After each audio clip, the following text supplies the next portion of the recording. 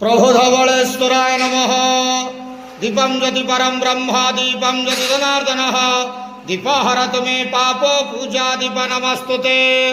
बाबा धवलेश्वर महाप्रभु संसार सुखी रख।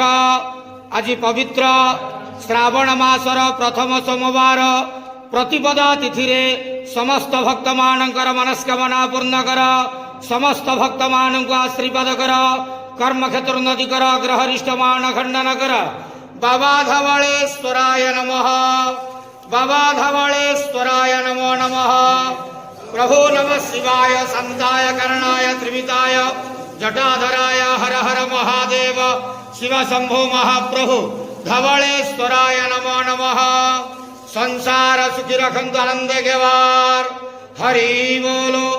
आज श्रावण मासर प्रथम सोमवार समस्त भक्त मान आशीर्वाद करंतु आनंद गेवार।